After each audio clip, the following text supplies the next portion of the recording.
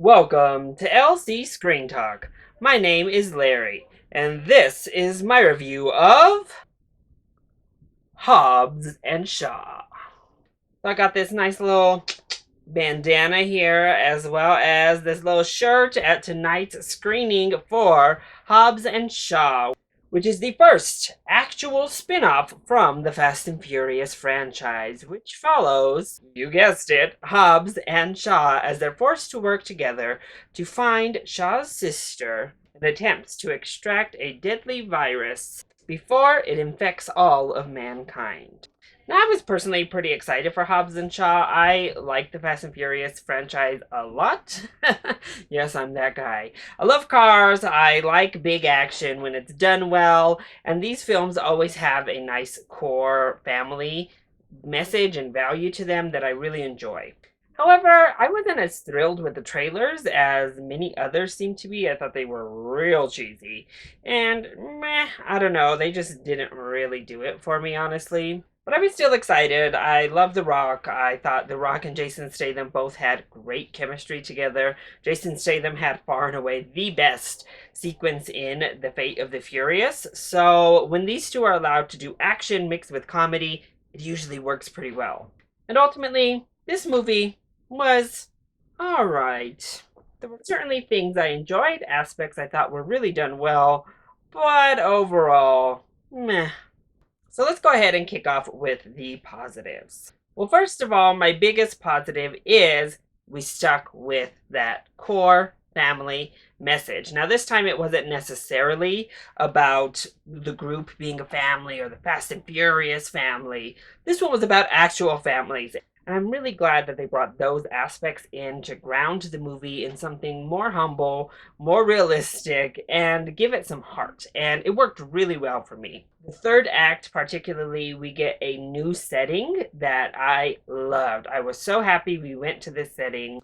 We got to visit a brand new culture, basically, for not only this series, but a culture that's not all that explored. And they really delved into that culture. And I loved it. I thought all of the stuff having to do with that third act's physical, cultural setting was great. But I also really loved that we had a brother-sister type of duo here with the Shaw family and them working together, as well as that extra emotional stakes for Jason Statham's character as we moved through the movie. I'm also going to say, when this movie goes like super big, that's when it's at its most fun. And that comes with a certain level of self-awareness. The movie really knew what it was, knew what it was trying to be, and it played right into that. Sometimes a little bit overly so. Other times it really felt like it was trying to have its cake and eat it too. But when we got those big set pieces that the Fast and Furious franchise has been known for since The Rock came on board, it's great. The car, and actually, most of them have to do with cars. Yes, the Fast and Furious spin-off series has these big, fun car chase sequences. Whether they're through the cities, or we have cars and helicopters, or we just have flat-out car chases running from explosions. The car sequences in this movie are a whole lot of fun. And personally, my favorite action sequences. Now, while some of the action was a bit choppy, overall I thought that it was fun to watch. We get a lot of kind of longer takes. We get to see the punches land and some of the action unfolds. When we get into most of the action sets, they are fun to watch. And when it comes to the humor, it's okay. The Rock got most of the laughs for me personally. Jason Statham is fine and funny, plus we get some cameos. And all of those actually were a lot of fun. As for Idris Elba, I did think his villain was fun. You could tell he was digging it, if not cartoonish and over the top. And we get into some wonky stuff overall with the villain that doesn't quite work, but it was good for what it was. So the humor definitely leads us into the negative because it's certainly hit or miss. So let's go ahead and talk about where this film misses the mark.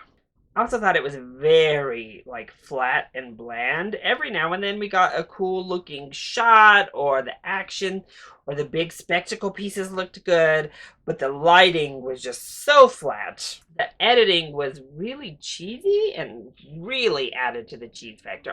Overall, the directing was actually kind of cheesy.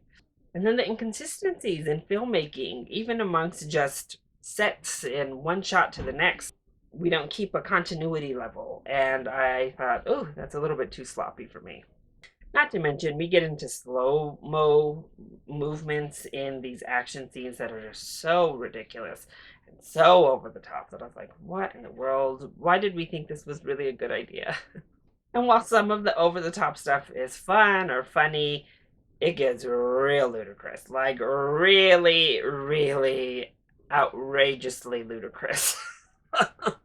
You have to completely and totally suspend all disbelief to watch this movie and have fun with it. And I honestly would just say this is pretty much a dad movie. It's big, it's loud, it's cheesy as all get out. The dad jokes are everywhere. The big old school style of action is everywhere. And it has the subtlety of a brick wall falling onto your head.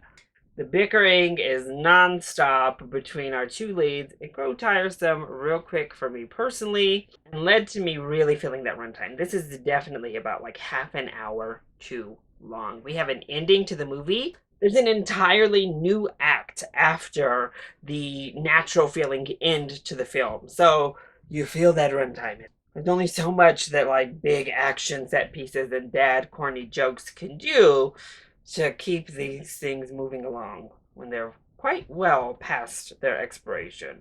So overall, Hobbs and Shaw is more or less what I anticipated, just a little bit on the boring side and even cheesier than maybe I had imagined. When it's fun, it's a blast, I'll say that. There are definitely big fun moments to be had here. Unfortunately, everything in between those fun moments is a little bit of a drag. So if you are a dad, or if your dad just loves these big, corny, old school action films, if you're interested in seeing this movie at all in any capacity, I say give this a matinee price. It should be seen on the big screen with your popcorn, your soda, in the atmosphere, engulfing yourself in the big spectacle, and that's the way it's going to be most enjoyed. However, if big dumb action is not for you, if you don't like the Fast and Furious franchise, or it's just never interested you, this is certainly not the movie to jump into. You can skip it altogether. Also, if you do decide to check this film out in theaters, make sure you stay through those credits because there are 2 mid-credit scenes that you'll definitely at least want to stay around to check out. So, that is my review of Hobbs and Shaw. I hope you enjoyed it. If you did, go ahead, click like down below, and subscribe to the channel so you are always up to date on our latest videos.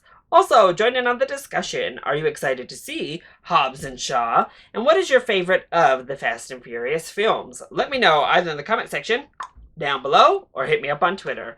I love you all so much for your continued support. Mwah! Thank you for watching, and I'll see you next time. Bye!